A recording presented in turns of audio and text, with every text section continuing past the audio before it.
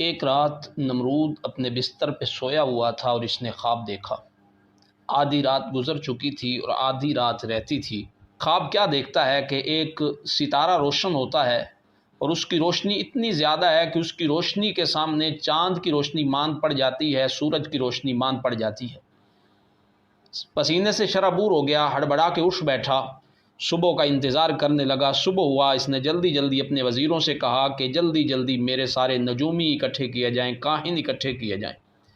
اس کے ارد گرد کاہن اور نجومی بیٹھے رہتے تھے اس کے دربار میں، اور یہ ان کاہنوں اور نجومیوں سے پوچھ پوچھ کے اپنی سلطنت چلاتا تھا۔ سارے نجومی اور سارے کاہن جمع کیے گئے کیونکہ یہ وہ بادشاہ ہے جسے 400 سال تک خدائی کا دعویٰ کرتا رہا کہ اللہ نے پھر آگے 400 سال ایسا عذاب دیا کہ اس کے ناک میں مچھر گھسا، اور انہی لوگوں سے جن سے یہ سجدے کرواتا تھا انہی لوگوں کو پھر یہ کہتا تھا کہ میرے سر میں جوتے مارے جائیں، اور یہ اللہ کی طرف سے اسے عذاب ہوا۔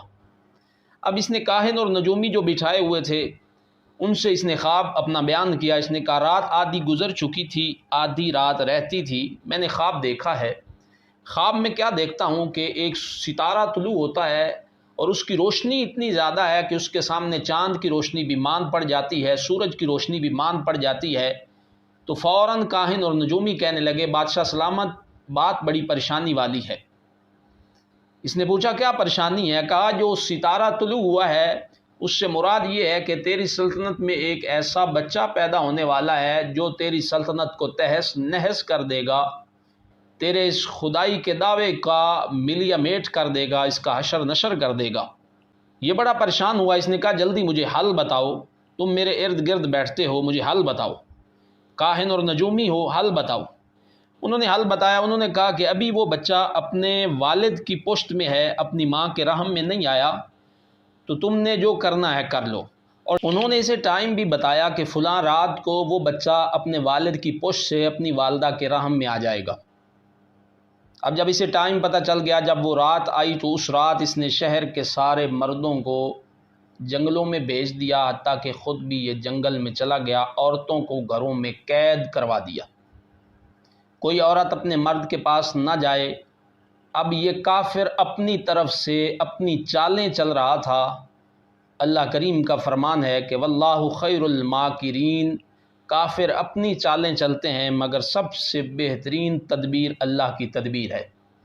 اللہ کریم نے فیصلہ فرما لیا تھا تو حضرت جناب ابراہیم علیہ السلام اپنی والدہ ماجدہ کے بطن اطہر میں تشریف لے آئے، اور ادھر نجومی سر پٹ ہو گئے، وہ اسے پیٹنے لگے کہ نمرود تیری ہلاکت ہو گئی، اے بادشاہ تیری ہلاکت ہو گئی، تیری کیسی سلطنت ہے، تیری کیسی حکمرانی ہے، تیرے کیسے لوگ ہیں، کیسے پہرے دار ہیں کہ وہ بچہ تو اپنے والد کی پشت سے اپنی والدہ کے رحم میں آ گیا ہے۔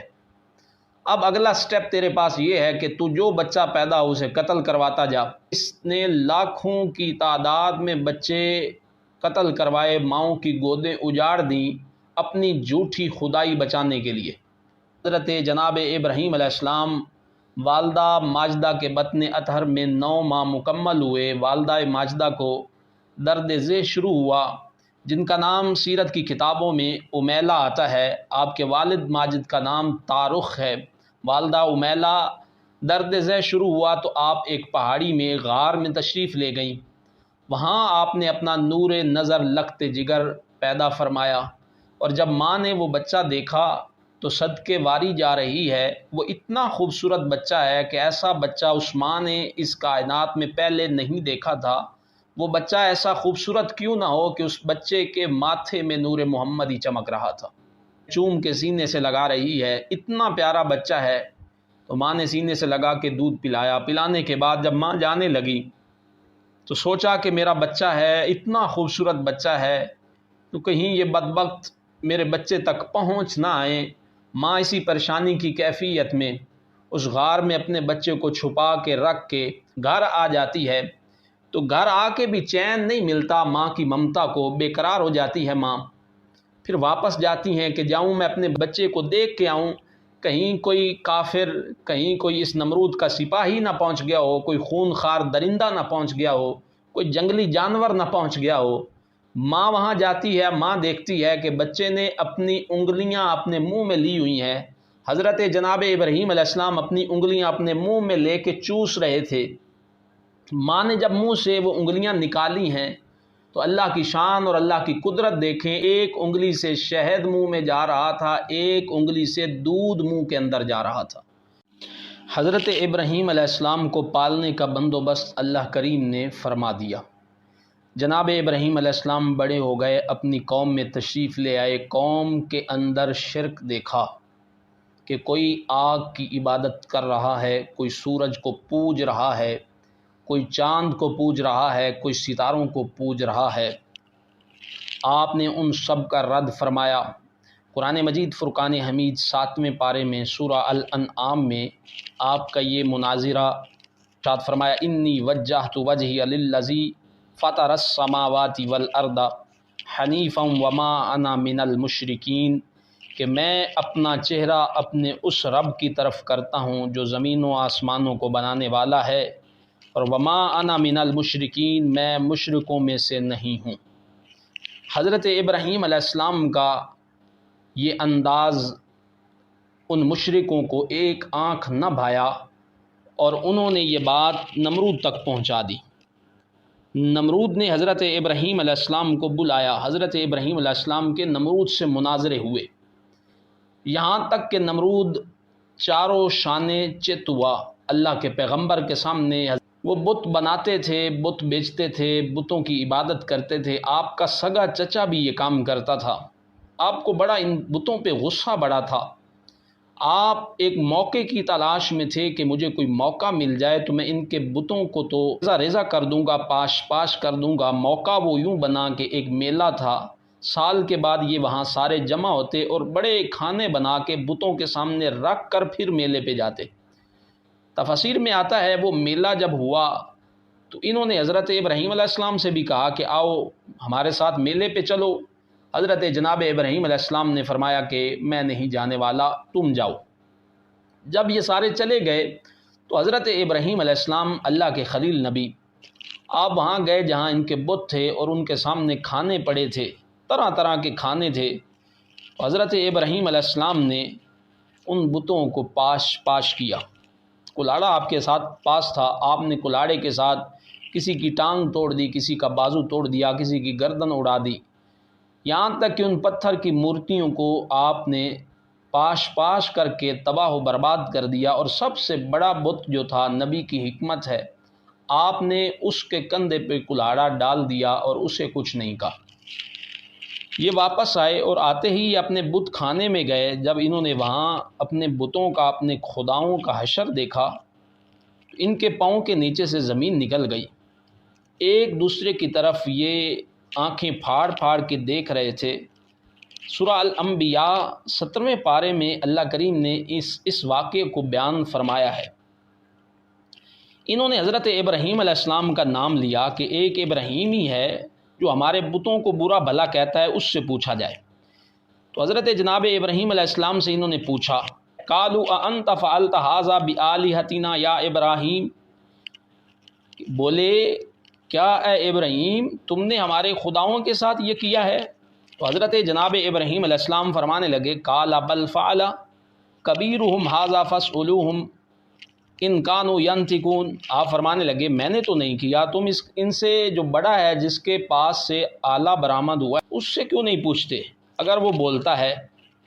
تو یہ کہنے لگے ابراہیم جانتا تو بھی ہے کہ یہ نہ بول سکتے ہیں، یہ نہ کھا سکتے ہیں، نہ پی سکتے ہیں۔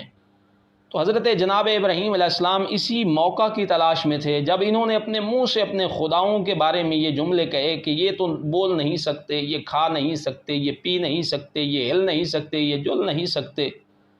تو حضرت جناب ابراہیم علیہ السلام نے فوراً نبوت اور رسالت کا زور لگا کے ان کے دلوں کے اوپر وار کیا۔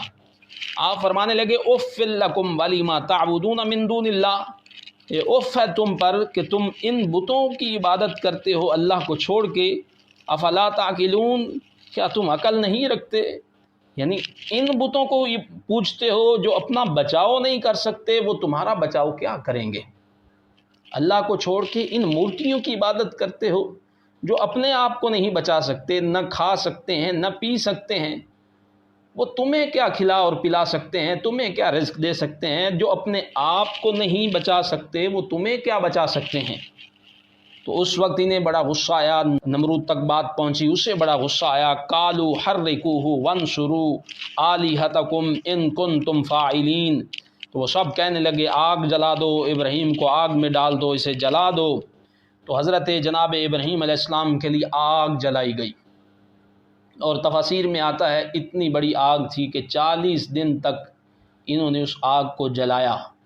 عورتیں منتیں مانتی تھیں، ہمارا کام ہو جائے تو ہم ابراہیم کے لیے آگ جلائی جا رہی ہے، اس کے لیے لکڑیوں کا بندوبست کریں گی۔ سوت کاٹنے والی، چرخہ چلانے والی بوڑھی عورت بھی جو کمائی چرخے سے لیتی ہے وہ بھی اس آگ کے لیے وقف کر دیتی ہے۔ بہت بڑی آگ جلائی گئی، اور تفاسیر میں آتا ہے وہ 40 فٹ اونچائی اور 30 فٹ لمبائی اور چوڑائی میں دیواریں تھیں، اس کے اندر آگ جلائی گئی، اور اس کا جو الاؤ تھا وہ آسمان سے باتیں کر رہا تھا۔ اوپر سے کوئی پرندہ گزرتا ہے تو وہ جل بجھ کے نیچے گر پڑتا ہے۔ حضرت جناب ابراہیم علیہ السلام کو وہاں ڈالنے کی باتیں ہو رہی تھیں، اور زمین و آسمان اس وقت اللہ کی بارگاہ میں گڑ گڑا رہا تھا، یا اللہ ایک ہی تیرا نام لینے والا تیرا ابراہیم ہے، وہ آگ میں جلایا جانے لگا ہے۔ فرشتے اللہ کی بارگاہ میں عرض کرتے ہیں، اللہ کریم کی ہر مخلوق اللہ کی بارگاہ میں عرض کرتی ہے، یا اللہ ہمیں اجازت دے، ہم تیرے ابراہیم کو بچا سکتے ہیں۔ تو اللہ وحدہ لا شریک نے حضرت جناب ابراہیم علیہ السلام کی شان انہیں دکھانی تھی، کہا جاؤ پوچھ لو ابراہیم سے، جاؤ پوچھ لو ابراہیم سے، وہ تم سے مدد لیتا ہے۔ جاؤ ابراہیم اگر کہے کہ مجھے بچا لو تو اسے بچا لینا۔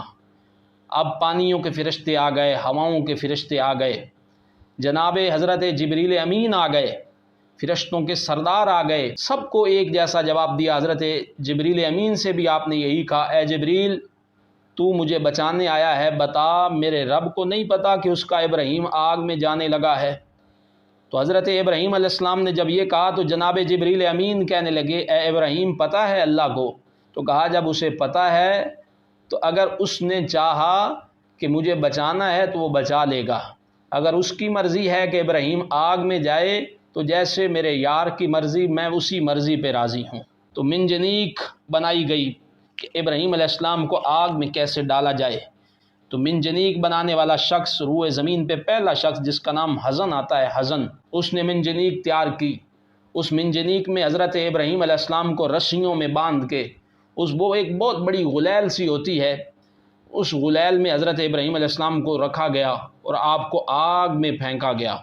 تو اللہ کے حکم سے فرشتوں نے حضرت ابراہیم علیہ السلام کو اپنے پروں پہ اٹھا لیا اور آگ کے اندر جناب ابراہیم علیہ السلام کو وہاں بٹھا دیا، اور رب کریم کا حکم ہوا آگ کو، قلنا یا نار کونی بردا وسلاما علی ابراہیم، کہ اے آگ تو ہمارے ابراہیم پر ٹھنڈی بھی ہو جا اور سلامتی والی بھی ہو جا۔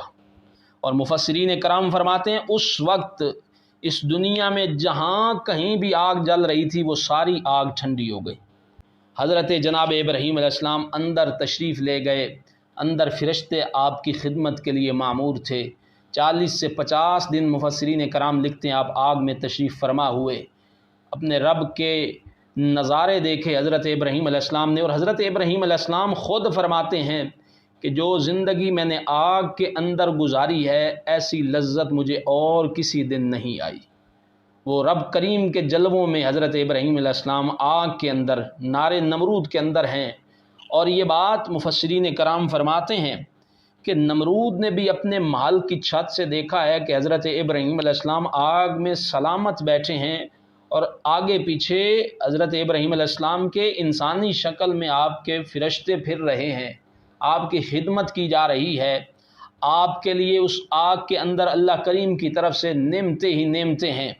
حضرت جناب ابراہیم علیہ السلام کا یہ حال دیکھ کر وہ کافر، وہ جھوٹا خدائی کا دعوے دار، اس کے منہ سے بھی نکلا کہ ابراہیم کے رب کی کیا بات ہے، ابراہیم کے مولا کی کیا بات ہے۔ حضرت جناب ابراہیم علیہ السلام جب آگ سے باہر تشریف لے آتے ہیں تو اس وقت وہ بدبخت کہنے لگا کہ اے ابراہیم میں صدقہ قربانی کرنا چاہتا ہوں، اور اس نے ہزاروں کی تعداد میں گائیں قربان کر کے اللہ کے نام پہ صدقہ دیا۔ حضرت ابراہیم علیہ السلام فرمانے لگے تیرا یہ صدقہ کسی کام کا نہیں ہے جب تک تو میری شریعت کی پیروی نہیں کرتا، میرے رب کو نہیں مانتا۔ اس وقت یہ جھوٹا کہنے لگا نہیں میں اپنی سلطنت نہیں چھوڑ سکتا، میں تیری پیروی نہیں کر سکتا۔ تو اللہ کریم نے اس بدبخت پر اور اس کی قوم پر مچھروں کا عذاب ڈالا۔ مچھر آئے، اس کی قوم کی ہڈیاں بچ گئی، سارا خون چوس گئے، ڈھانچے بچ گئے۔